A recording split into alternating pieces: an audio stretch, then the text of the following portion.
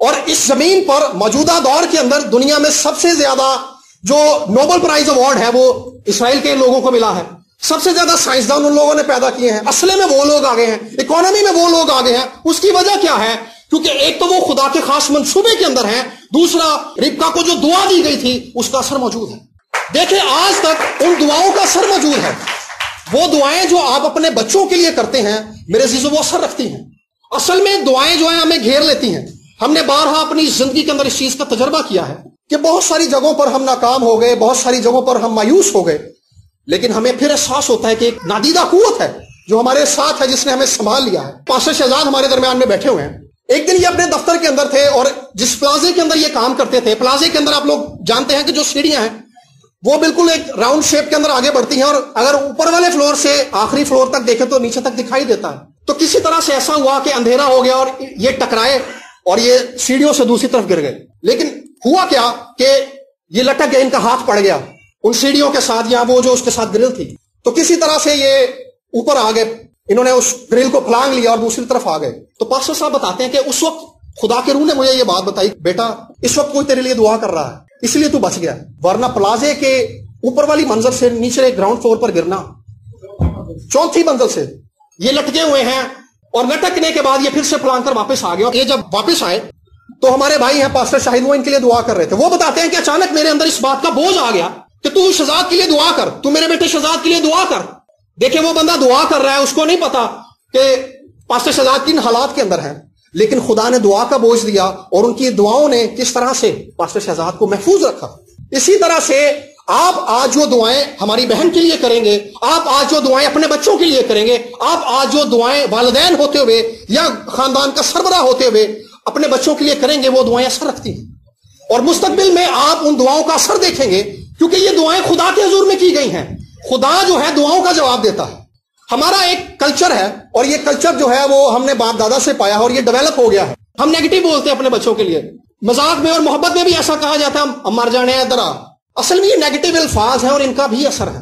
یہ الفاظ بھی ہمارے بچوں کی اور ہماری زندگی کے اندر رکاوٹیں پیدا کرتے ہیں. لیکن کلام مقدس میں سے ہم نے یہ بات پڑھی ہے کہ انہوں نے اپنی بہن کو دعا دی تھی. ہم نے بھی آج سے اپنے آپ کو اس بات کے لیے تیار کرنا ہے, اس بات کے لیے اپنے آپ کو ابھارنا ہے کہ ہم بھی آج سے مثبت بولیں گے, اپنے بچوں کے لیے پازیٹیو بولیں گے. صبح اٹھ کر ان کے لیے دعا کریں گے کہ بیٹا آج کا دن تیرے لیے فتح کا دن ہوگا, بیٹا آج کا دن تیری کامیابی کا دن ہوگا.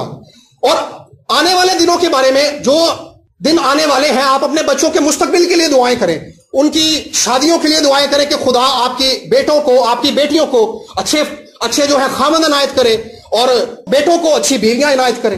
آپ یہ دعائیں مستقبل کے لیے کر سکتے ہیں اور آپ کی یہ دعائیں خدا کے حضور میں سنی جاتی ہیں, کیونکہ یہ والدین ہوتے ہوئے جس بوجھ سے آپ یہ دعائیں کریں گے خداوند ان کا جواب دے گا.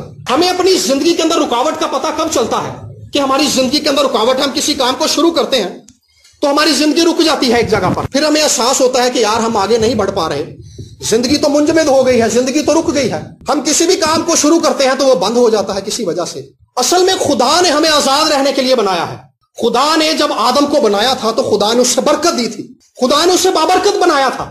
لیکن گناہ کے آنے کے بعد اس کی زندگی کے اندر بیماریاں بھی آ گئیں, اس کی زندگی کے اندر بوجھ بھی آ گئے, اور خدا نے براہ راست اس سے کہا کہ زمین تیرے سبب سے لعنتی ہو گئی ہے. اصل میں جس ماحول کے اندر ہم ہیں, اس ماحول کے اندر لعنت ٹھہری ہوئی, اس ماحول کے اندر نہیں جو دنیا کا ارد گرد کا ماحول ہے. اسی لیے راستے میں جاتا ہوا ہر بندہ آپ کو ٹینشن کا شکار نظر آتا ہے, کیونکہ خدا نے آدم سے کہہ دیا تھا کہ تیرے سبب سے زمین لعنتی ہوئی ہے.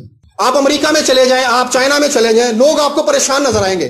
اور اس وقت ایک ریسرچ یہ بھی کہتی ہے کہ اس وقت جو لوگ زیادہ تر بیمار ہیں وہ ذہنی بیماریوں کا شکار ہیں, ذہنی ٹینشن کا شکار ہے, ڈپریشن کا شکار ہے. اس کی وجہ کیا ہے کہ ہم ایک ایسے ماحول کے اندر موجود ہیں جو ٹینشن سے بھرا ہوا. لیکن ہم خدا پر ایمان رکھتے ہوئے خدا کے حضور میں جھک کر اور اپنے بچوں کو اور اپنے لیے مثبت دعائیں کر کے اپنے مستقبل کو سنوار سکتے ہیں, کیونکہ ہماری دعائیں جو ہیں اثر رکھتی ہیں. ایک دن کیا ہوا کہ میں اور میرا چھوٹا بھائی تھے, ہم کہیں جا رہے تھے, تو راستے میں چھوٹے بھائی نے مجھ سے کہا کہ بھائی یہ تار کے اوپر, اس نے کہا بھائی یہ جو پرندہ بیٹھا ہے یہ عقاب ہے, یہ باز ہے. تو روک لیا, کسی طرح سے ہم نے اس کو پکڑ بھی لیا. کچھ گھنٹوں کی مشقت کے بعد, محنت کرنے کے بعد ہم نے باز کو پکڑ لیا. اس کو ہم گھر لے آئے. گھر لانے کے بعد ہم نے اس کو پنجرے میں ڈال دیا.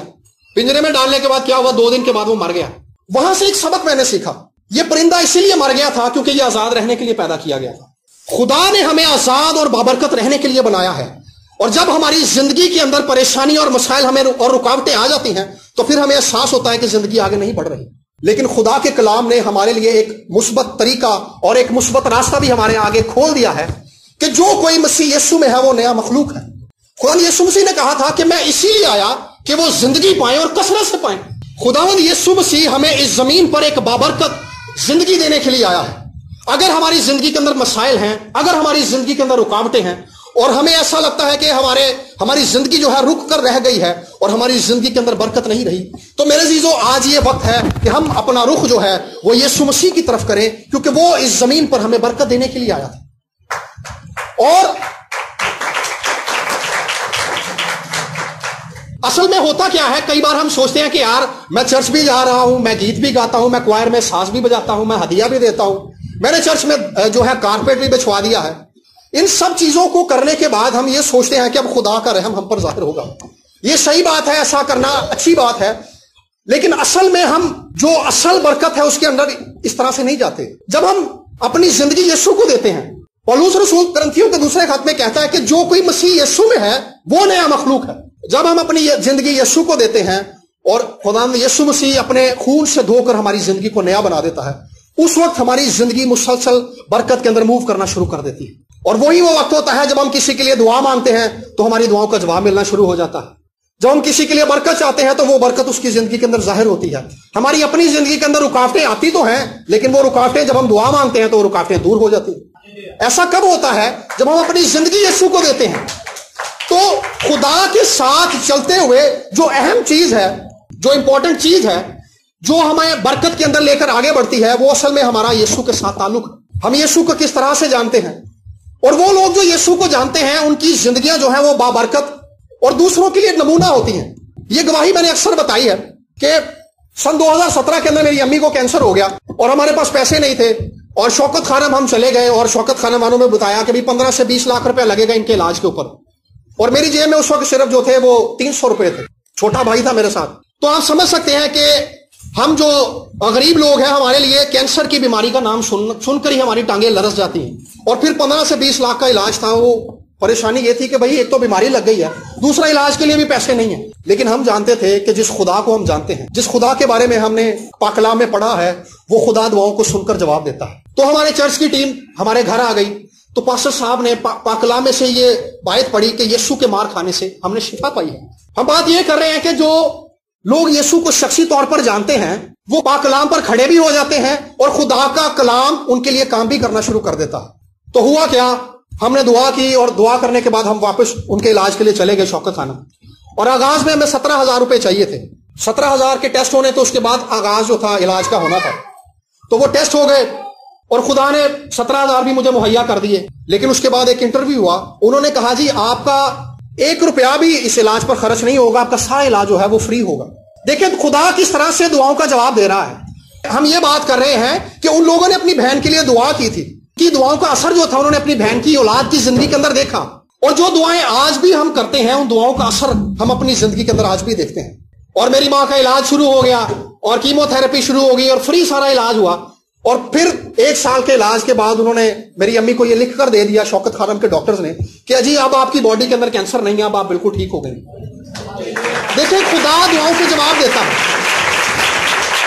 خدا قدرت کو ظاہر کرتا ہے. اس سے پہلے کیا تھا، میری امی خدا کو جانتی تھی، وہ خدا کی خدمت بھی کرتی ہیں، میں بھی خدا کو جانتا تھا. میرا جو بھائی تھا، میری بہن تھی، میرے والد صاحب جو تھے وہ اس طرح سے خدا کو نہیں جانتے تھے. لیکن ان حالات کے بعد کیا ہوا کہ وہ بھی خدا کے قریب آ گئے. انہوں نے بھی اس بات کو جان لیا کہ جب ہم دعا کریں گے خدا کے حضور میں، جب ہم خدا کے حضور میں جھکیں گے تو خدا ہماری دعاؤں کا جواب دے دے گا. تو یہ بھید ان لوگوں پر کھلتا ہے جو دعا کرتے ہیں اور دعا کے لیے اپنے آپ کو پیش کرتے ہیں. آج ہم جب یہاں پر بیٹھے ہوئے ہیں تو میرے عزیزوں میں آج آپ کو اس بات کے لیے ابھارنا چاہتا ہوں کہ والدین ہوتے ہوئے اور بہن بھائی ہوتے ہوئے یا اپنے گھر میں سربراہ ہوتے ہوئے، گھر میں بڑا ہوتے ہوئے، ہماری یہ ذمہ داری ہے کہ ہم اپنے بچوں کے لیے دعائیں مانگنا شروع کریں. ہم جو دعائیں مسیح میں رہتے ہوئے اپنے بچوں کے لیے کریں گے وہ اثر رکھتی ہیں اور ان دعاؤں کے جواب میں خدا آسمان کو کھول دے گا. اور میں اپنی زندگی کے بارے میں بھی بتاؤں کہ میری ماں نے مجھے میرے پیدا ہونے سے پہلے ہی خدا کو دے دیا تھا، لیکن میں خدمت نہیں کرنا چاہتا تھا. اس نے میری تربیت اسی طرح سے کی تھی کہ بیٹا تو خدمت کرے گا اور تو خدا کا ہے اور تو بڑا ہو کر خادم بنے گا. لیکن جب میں کالج چلا گیا اور پھر